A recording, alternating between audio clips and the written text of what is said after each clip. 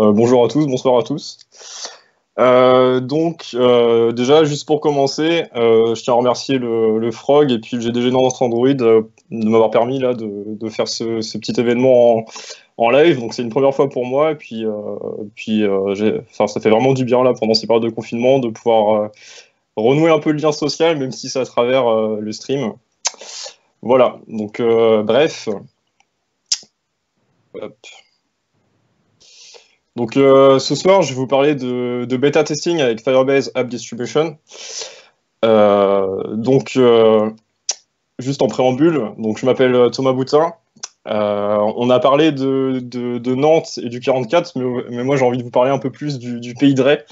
Donc c'est une petite partie de la Loire-Atlantique où il fait vraiment bon vivre. Il y a du soleil et ça fait vraiment plaisir de vivre là-bas. Vous pouvez même manger une glace à pornic si ça vous chante.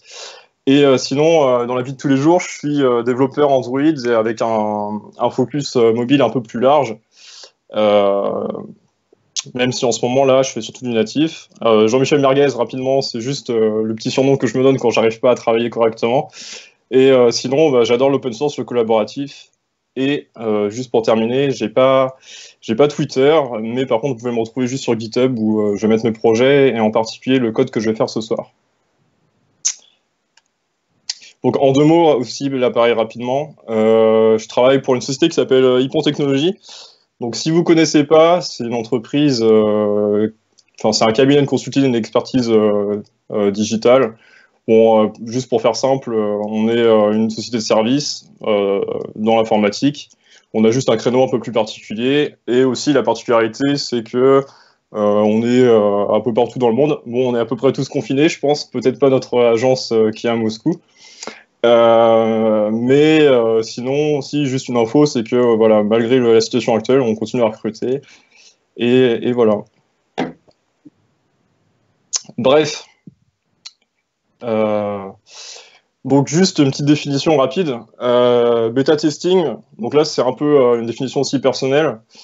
Pour moi, une bêta, c'est juste une version d'essai, en gros, qu'on va vouloir distribuer à un panel un peu plus réduit de testeurs avant sa commercialisation ou sa distribution à grande échelle. Donc l'idée c'est ça, c'est de rajouter une phase de test, donc pas du test de code, mais plutôt du test un peu plus fonctionnel avec des utilisateurs qui a priori sont pas forcément trop techniques. Et voilà. L'idée c'est juste de relever d'autres bugs, d'autres problèmes.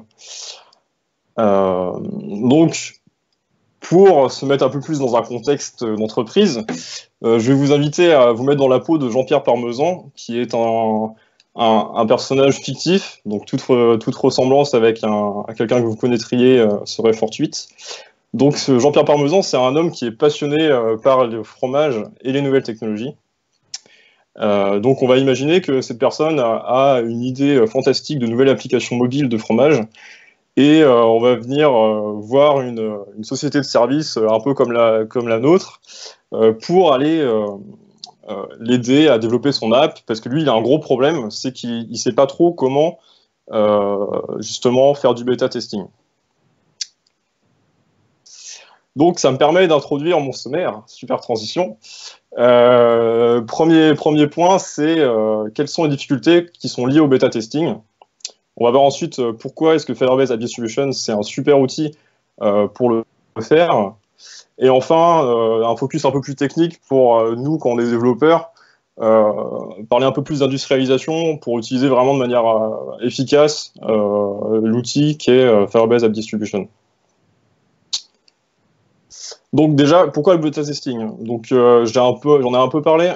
L'idée, c'est de retrouver des bugs qu'on n'aurait pas forcément trouvé pendant notre phase de dev. Donc, si vous avez fait des études informatiques, vous avez sûrement déjà tous eu en amphithéâtre les normes graphiques avec le coût des bugs en fonction du temps. Enfin, pas forcément les bonnes fonctions, mais en tout cas, plus votre bug il va être trouvé tôt, moins il coûtera cher et vice-versa.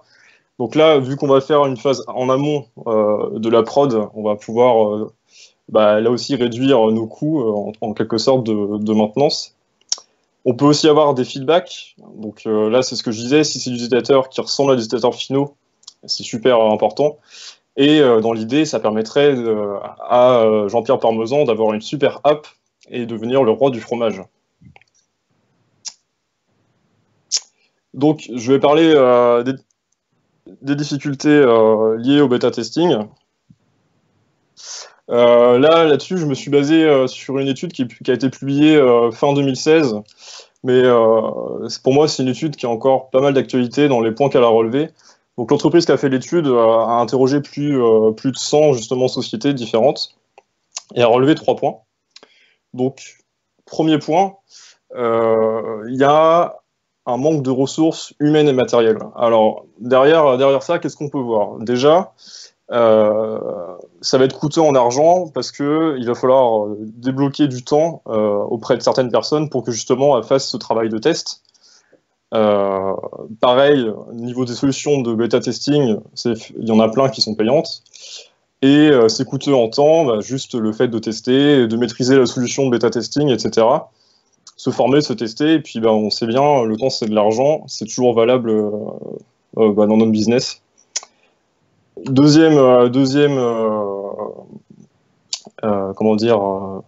problème relevé, il n'y a pas ou peu de process établis.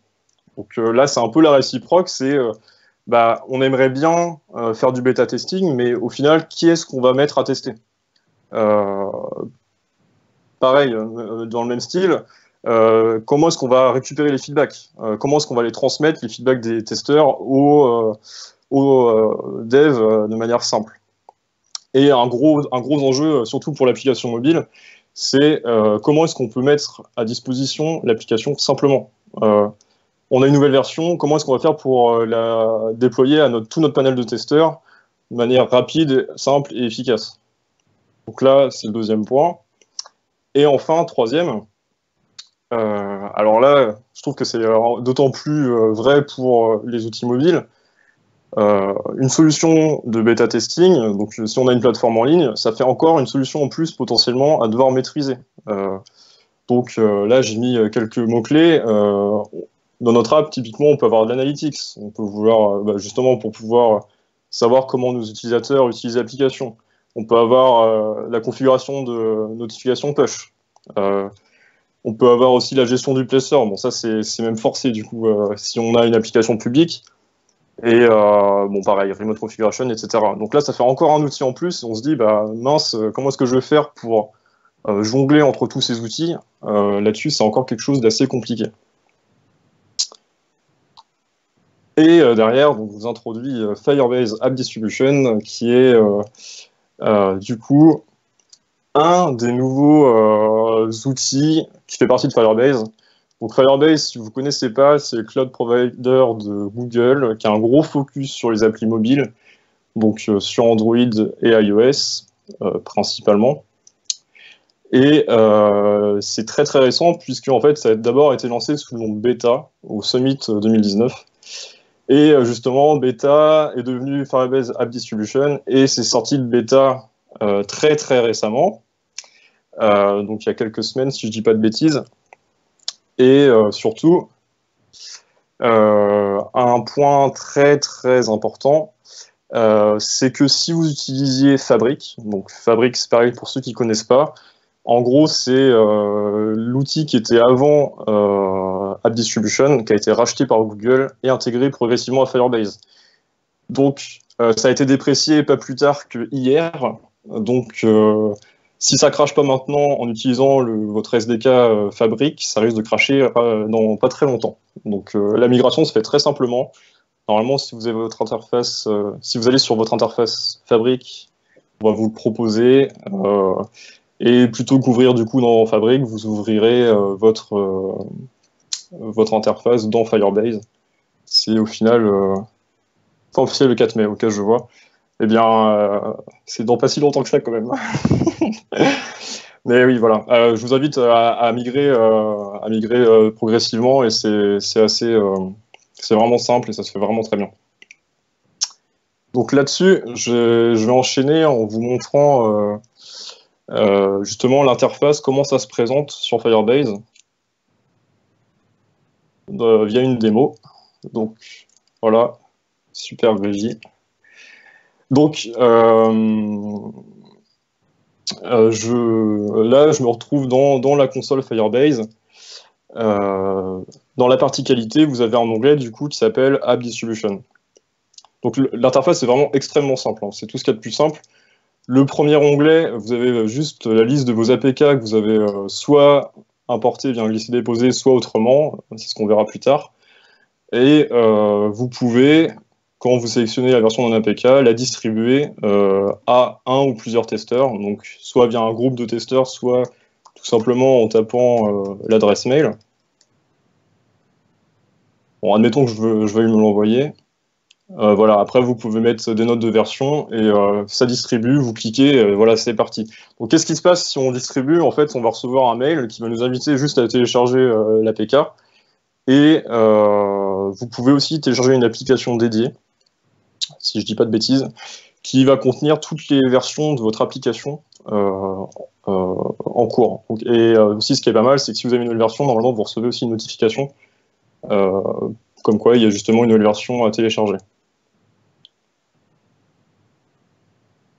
Et du coup, sur le deuxième onglet, vous pouvez aussi créer un lien d'invitation. Donc en fait, c'est un peu comme les liens de partage Google. Vous partagez ensuite le lien et après, l'utilisateur peut venir s'enregistrer sur votre projet en tant que testeur. Donc voilà, là c'est juste pour déporter. Puis après, le dernier, c'est juste de la configuration. Voilà, rien de vraiment bien sorcier. C'est tout ce qu'il y a de plus simple.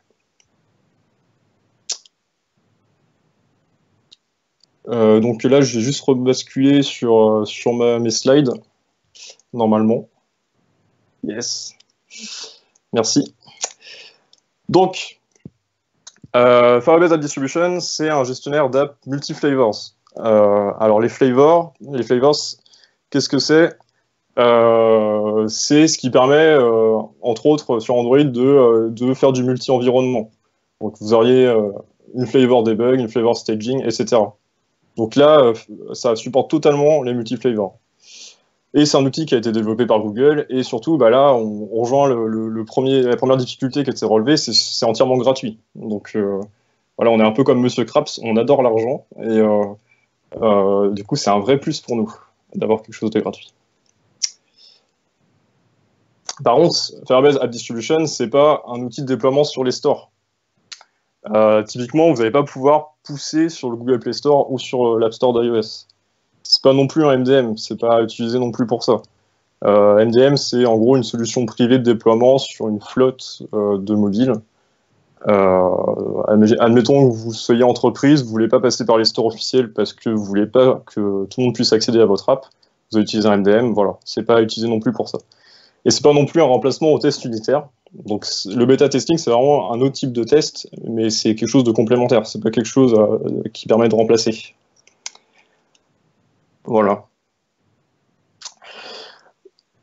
Donc, on va rentrer un peu plus là dans une partie technique qui nous intéresse en tant que dev. Donc la partie industrialisation. Donc, dans l'idée, d'après la doc, pour le coup, la doc est vraiment plutôt bien faite sur Firebase. Pour déployer son app sur Firebase App Distribution, il y a 4 grandes manières de faire. Bon, on peut le faire à la main via un glisser-déposer. Donc là, voilà, ça marche très bien, mais c'est pas du tout industrialisable. Et puis, bien sûr, c'est compatible avec iOS et Android. Vous pouvez faire via le client Firebase. Donc en fait, là, ce qui se passe, c'est que vous allez avoir un client à télécharger, puis vous allez vous connecter avec votre compte. Vous allez avoir un prompt Google, une fenêtre qui va s'ouvrir. Et en échange, vous aurez un token que vous pourrez utiliser dans votre CI. Donc voilà, il y a juste cette petite étape à faire avant. Vous avez un plugin Gradle qui est juste génial à utiliser. C'est ce que je vais vous montrer juste après, qui permet justement de déployer via juste une tâche Gradle sur App Distribution. Et vous avez aussi un plugin Fastlane.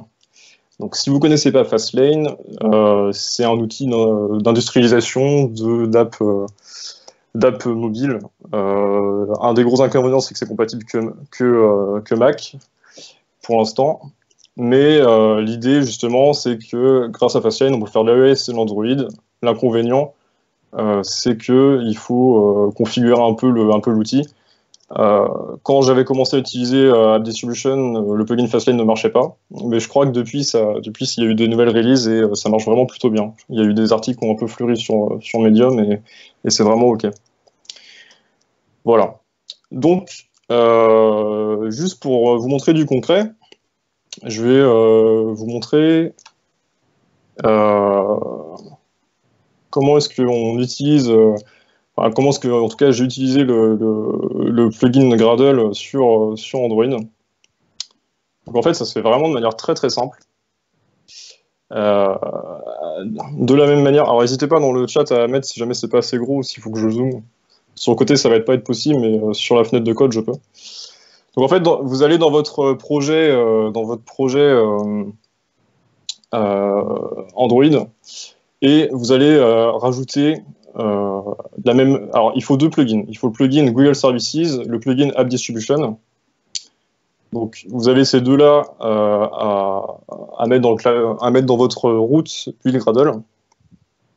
L'idée du Google Services, c'est en fait, quand vous allez créer votre projet sur Firebase, vous allez avoir un fichier d'identité, un Google Services.json, qui va représenter en gros l'identité de votre projet. Ce qui est bien, c'est qu'App Distribution va aller chercher cette identité-là automatiquement pour aller pousser sur Firebase. Donc ça, c'est la première étape. La première étape, c'est intégrer ces deux plugins-là, plus télécharger évidemment le Google Services.json. Ensuite, vous allez dans votre build Gradle de votre app, et l'un des moyens de faire, moi je trouve que c'est vraiment un moyen cool, c'est de créer ce qui s'appelle un compte de service. Donc pour ça, je vais retourner sur mon navigateur. Vous allez sur votre Google Cloud Platform. Donc vu que c'est Google, malheureusement sur Firebase, on ne peut pas gérer directement les users dans la Firebase console. On va aller pour ça dans la Google Cloud Platform. On va aller dans la partie Service Accounts. Et l'idée, c'est de créer un compte dédié, en fait, qui va faire que du push dans notre CI.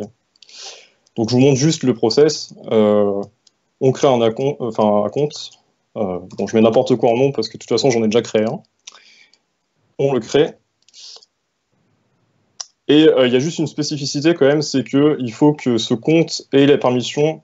App Distribution. Voilà, il faut qu'il soit Firebase App Distribution Admin. C'est vraiment la permission qu'il faut rajouter au compte de service. À Presenter Mode, je ne sais pas comment on fait sur Google. Je suis désolé, j'espère que vous voyez un minimum. Du coup, il faut juste ces permissions-là, et après, votre compte, c'est un peu le même principe que pour le Google Services. Vous allez pouvoir télécharger une clé, donc c'est un fichier JSON, et après, vous allez pouvoir pousser directement sur Firebase. Donc juste pour ça, il faut déclarer le bloc d'Android Studio Firebase App Distribution, Service Credentials File, et vous mettez là votre clé. Bon, moi, je le mets au même niveau, hein, peu importe. Et ce qui est super, c'est qu'après, vous synchronisez une fois que vous avez mis votre plugin Gradle. Donc, il ne faut pas oublier de l'appliquer non plus, hein, ici, les deux plugins. Et ce qui est super, c'est que vous allez dans votre Gradle et vous allez avoir des tâches qui vont se rajouter automatiquement. Donc, vous avez App Distribution Upload Debug, Upload Release. Et pour aller encore un peu plus loin, donc je vous parlais de multi-flavor. Donc, si vous faites du multi-env, vous pouvez déclarer des flavors. Donc, là, c'est ce que j'ai en dessous. Je vais zoomer un peu. Hop. Donc là, vous avez vos flavors de dev, de recettes, de prod, admettons. Pour l'instant, je ne configure rien dedans. Donc, je vais synchroniser. Hop. Et ce qui est super, c'est que là, vous voyez, vous avez vos tâches Gradle associées qui sont faites de manière automatique. Elles sont créées automatiquement. Donc là, ce qui est top, c'est que vous voyez normalement le truc, si vous avez fait un peu de fichier de CI, vous avez juste à associer une tâche Gradle à exécuter dans vos lanes qui vont bien ou dans vos jobs qui vont bien. Et vous pouvez faire du multi-env comme ça en quelques lignes de code et c'est gagné. Donc dans l'idée, je vais juste vous montrer, histoire de vous prouver que ça marche quand même, comment ça se passe quand on exécute. Donc hop, il faut juste que je teste, enfin que je change la version de code. Alors par contre, oui c'est ça, c'est que si vous mettez le même version de code et version de name, alors qu'il y a déjà une version de poussée, ça va l'écraser. Du coup là, je vais, juste pour que ça apparaisse, je vais vous montrer ça. Hop. Et je vais pousser. Hop.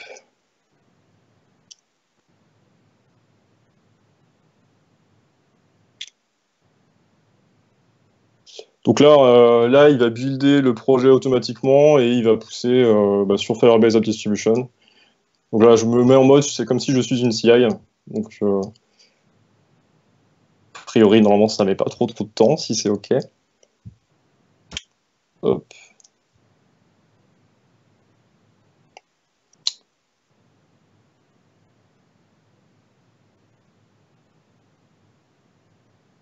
Et a priori, normalement, après, vous avez un 202, voilà, uploaded successfully.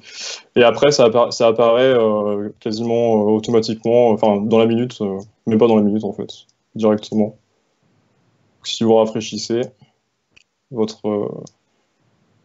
truc, voilà, vous avez directement la version qui a été importée et puis c'est prêt à distribuer, quoi.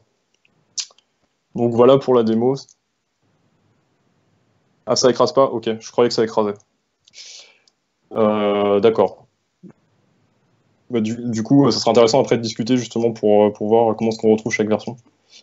Ok, bref, du coup, je vais rebasculer sur les slides. Hop.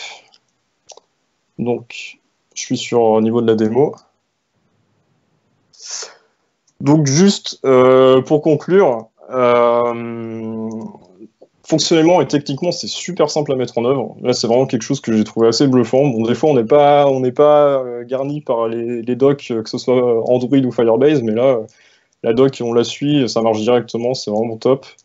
À comprendre, pareil, au niveau de l'interface, parce que nous, par exemple, dans notre entreprise, l'idée, c'est que c'est notre client qui va, comment dire, lui-même distribuer à ses propres testeurs l'appli qu'on va lui pousser.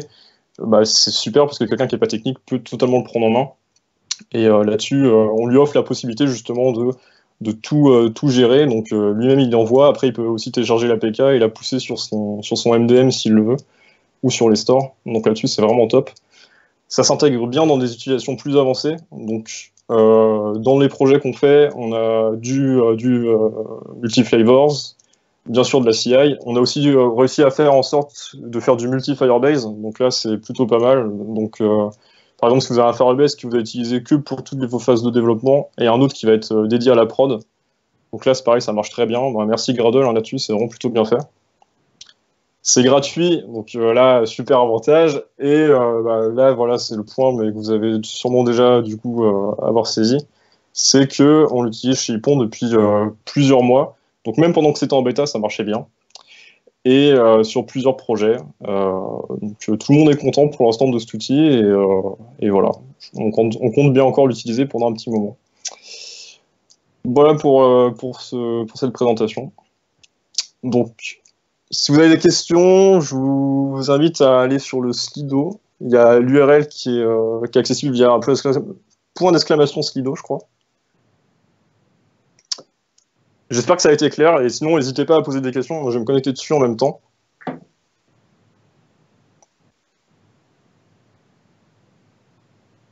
Hop. Donc, pour l'instant, il n'y a pas de questions, je crois. Sinon, je suis sur le chat aussi, donc si vous voulez poser directement dans le chat, c'est OK. Avantage, inconvénient par rapport à App Center. Par rapport à Play Store. Donc, alors, je vais y aller dans l'ordre du coup. Je crois que c'est en haut la plus. Non, je vais faire par récent. Alors, juste pour répondre du coup les deux premières par rapport au Play Store, en fait, Nous, le cas typique, c'est ce que je disais un peu, c'est que nous, typiquement, on a des clients qui ont leur propre gestion de déploiement de comment dire, leur propre gestionnaire de déploiement. Ils ont des MDM en fait. Donc, ils veulent pas passer par les stores officiels. Eux, ils passent par leur MDM, leur outil de déploiement propre. Là, l'intérêt, justement, c'est de pouvoir quand même faire une phase de bêta sans passer justement par le Play Store. Sinon, je pense que fonctionnellement, c'est à peu près la même utilité. Nous, là, vraiment, on l'utilise en tout cas en complément justement de ce MDM sur lequel nous, en tout cas en tant que société de service, on n'a pas la main. Là, ça nous permet. En gros, l'idée, c'est qu'on on va prendre notre code, on va le pousser, et puis après, on offre la possibilité justement aux clients de gérer lui-même tout son push sur le MDM, son test, etc. Du coup, deuxième question, par rapport à App Center, l'un des gros avantages, c'est que comment dire, je sais pas si c'est vraiment des énormes avantages. Moi, ce que je vois en tout cas, c'est que si vous avez un focus plutôt Google, genre par exemple pour votre Analytics, pour Crashlytics aussi, qui était pareil avec Fabric, donc le gestionnaire de crash, le vrai intérêt, c'est que derrière, vous avez une seule interface à proposer à votre client, à exploiter à votre client, pareil. Donc là-dessus, c'est top. Mais même pour vous, hein, c'est pareil, hein, on est quand même plus confortable à utiliser une seule et même interface. Par contre, App Center, je crois qu'on peut aussi intégrer de la CI dedans, et ça, c'est plutôt pas mal. Genre pour faire de l'iOS. Ouais, il faut accepter les apps de source inconnue, du coup. Pour le coup, quand on est testeur. Et pour Firebase App Distribution avec Fastlane, alors il y a un plugin Fastlane à installer.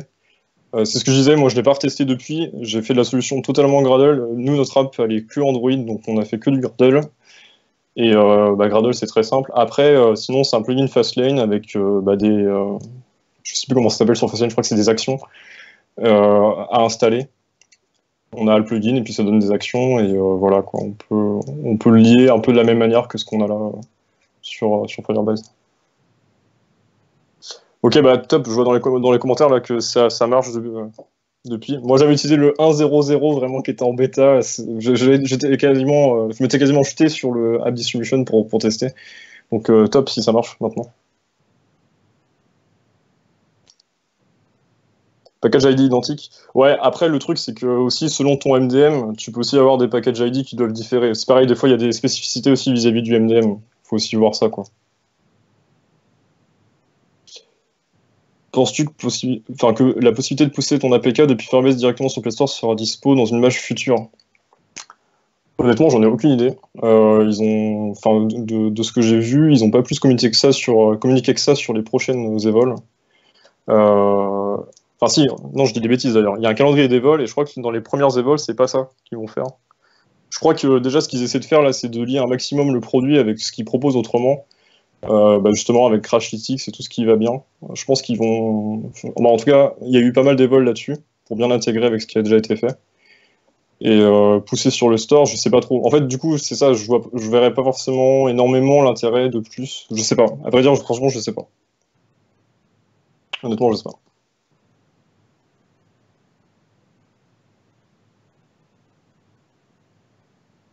Comment on peut faire pour tester un APK signé avec Firebase Beta? En fait, tu uploads ton APK, donc soit tu le mets en glisser-déposer, soit via une tâche Gradle par exemple, et après tu te l'envoies par mail en fait. Tu t'envoies par mail, tu vas recevoir un mail qui va contenir un lien de téléchargement et tu peux l'installer et voilà quoi. Est-ce que tu peux mettre un change on? Ouais, tu peux mettre des notes. Comment dire, tu peux mettre des notes directement ouais, dans ta conf Gradle. T'as des blocs genre pour mettre. Je sais plus le nom. En gros, t'as un bloc Gradle pour dire le message. Ou sinon, tu le fais directement dans l'interface de Firebase quand tu envoies ton mail, justement. Après, je sais pas si ça répond trop à la question, pour le coup.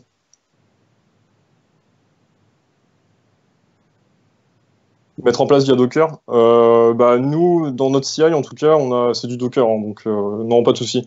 Le seul truc, c'est qu'il faut que tu t'installes un environnement Android dans Docker. Mais après, il y a des articles Medium qui sont très bien faits, qui expliquent comment faire. Et après, vu que c'est du Gradle, tu fais juste un Gradle exécute la tâche, et puis voilà, quoi. C'est vraiment très très simple. Il y a juste la partie un peu conf de ton environnement Android dans ton Docker, qui est un peu plus touchy, mais comme je disais, c'est très bien expliqué, hein, ça marche très bien. C'est possible de mettre n'importe quel package name pour les différents flavors ou applications annexes. Nous, typiquement, pour les package names, on va mettre des suffixes. Genre, par exemple, quand on est en dev, on va mettre .int, enfin .dev pour le coup, ou alors .int si on est en int, ou ça, ouais. Dans les flavors, tu peux jouer là-dessus sur tes package names dans ta conf.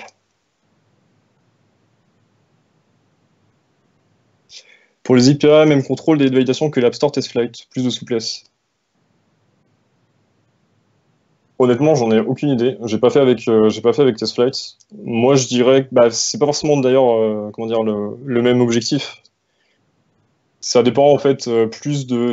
Alors, j'imagine que c'est aussi possible, hein, mais si tu as un MDM sur iOS, j'imagine que ça dépendra de ton MDM. Parce que par défaut, là, tout ce que ça fait, en fait, c'est juste un stockage d'APK et après, tu peux le distribuer, quoi.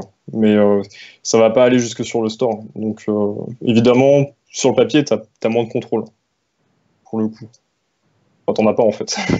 C'est les stores qui valident, vu que c'est quelque chose de public. Après, ça dépendra de ta solution de MDM, si tu as un MDM et que tu veux transférer de l'un à l'autre. On se fera une notification sur Slack qui a un nouveau build de dispo. Comme ça, je dirais que tu lis en fait dans ta CI, tu le mets pas dans App Distribution, mais tu le mets dans ta CI. À la fin de ton job, tu te fais un truc Slack, ou dans ta tâche Fastlane, tu te fais un Slack pareil. Non, je crois qu'AppBundle n'est pas supporté. Je crois que c'est que des APK. Pour moi, c'est que des APK. En tout cas, nous, on fait des APK. Après, je crois qu'il y a toutes les versions de signature d'APK qui sont supportées. Donc V1, V2, V3. Mais il n'y a pas d'AppBundle, je crois pas. Et bientôt, c'est pareil, je sais pas, j'en ai aucune idée. Je sais pas du tout. En tout cas, là, oui, il y a les APK, et les APK, ça marche très bien. Mais pas les AppBundle, non. Pas pour l'instant.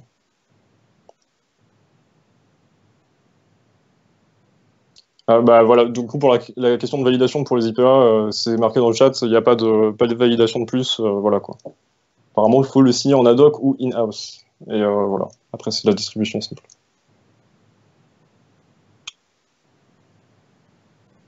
Donc, je ne sais pas si vous avez d'autres questions. Si vous n'avez pas d'autres questions, ou alors si vous en avez d'autres plus tard, de toute façon, après, il y a un apéro virtuel sur Zoom, donc n'hésitez pas à revenir à parler avec moi, ou alors c'est pareil, on peut se rapprocher aussi sur les réseaux. Alors moi, ça sera surtout du GitHub, mais sinon, il y a le Slack du GDG Nantes Android. C'est pareil. Et du coup, je pense que sinon, je vais laisser la main à Simon pour son talk d'après. Et merci à vous en tout cas. Et merci à la régie aussi, c'est top, ça marche nickel. Donc voilà. À plus tard sur l'apéro. Ok, donc là, on a fini pour le premier talk. Merci Thomas.